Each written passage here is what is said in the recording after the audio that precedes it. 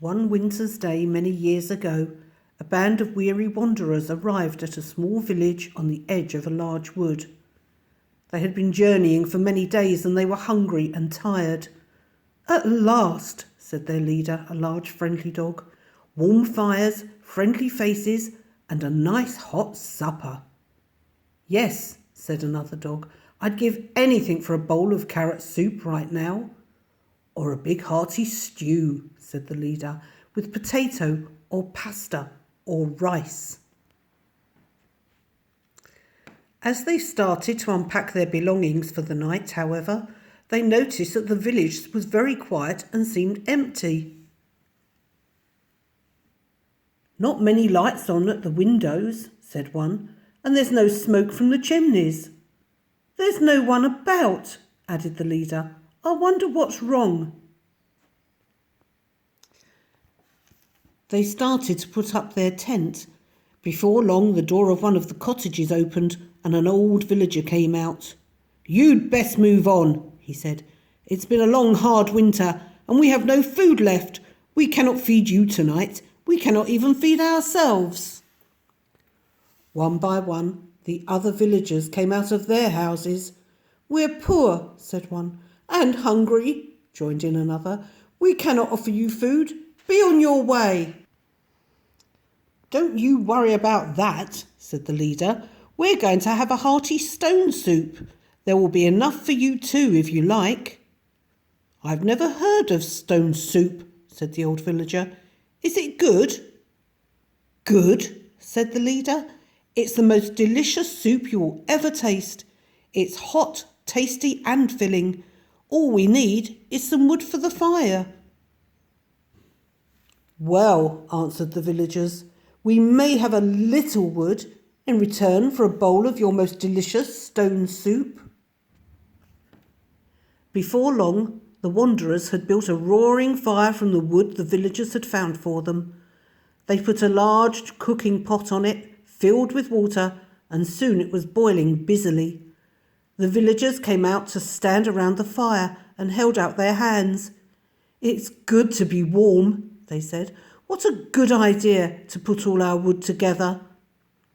The leader reached into the cart and pulled out a bundle. He unwrapped it very carefully and revealed a large stone. "Is that it?" the old villager asked. "It looks just like an ordinary stone. Have we wasted our precious firewood for that?"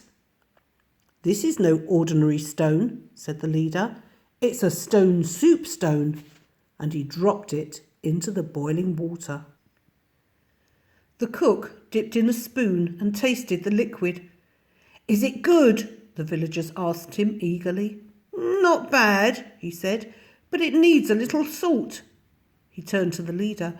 "Do we have any salt?" The leader shook his head. "I don't think so." "It's no good without salt," said the cook. "I'll have to tip it away." "Wait a minute," said one of the villagers. "Let me see. I might be able to find a little salt, if that's what it needs." The cook tipped in the salt and tasted the soup. Much better. If only we had some parsley." "Wait," called out one of the villagers. "I think I may know where a little bunch of parsley is. I'd forgotten all about it until now." And off he went to his cottage to fetch it.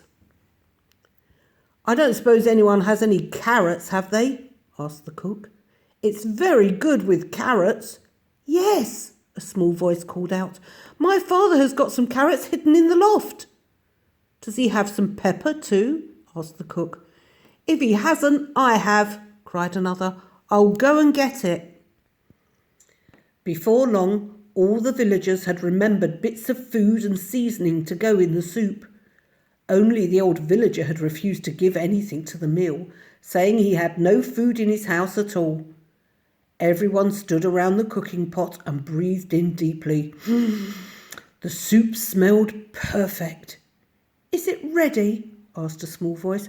"We're so hungry." The cook dipped in his spoon and sipped the broth. "No," he said, shaking his head. "What it really needs now is an onion." Everyone stared at their feet and shuffled uneasily. Then one by one, They all turned to look at the old villager. He turned red and muttered, all right. I might just have an onion in my house. Just one, mind." And off he shuffled. After a while, the villager returned carrying the biggest onion you could wish for. Everyone cheered as the cook chopped it up and threw it into the soup. Even the old villager smiled a little. Everyone at that feast swore it was the finest soup they had ever tasted. It was piping hot, rich and filling, and there was enough for everyone to have had at least 3 bowlfuls. After they had eaten their fill, the villagers brought out their fiddles and flutes and danced late into the night. The next morning, the wanderers packed up to leave. "Won't you stay a little longer?" the villagers begged. The leader reached into the cart and brought out the stone, wrapped up once again in its bag. "This is for you," he said, "but it will only work if you all cook together and if everyone brings something to the feast." The villagers thanked him warmly and sat down to plan their next supper. The wanderers finished their packing and set off towards the next village. Once they were out of sight, the dog bent down and picked up a large stone at the edge of the path. "Just in case," he said to himself.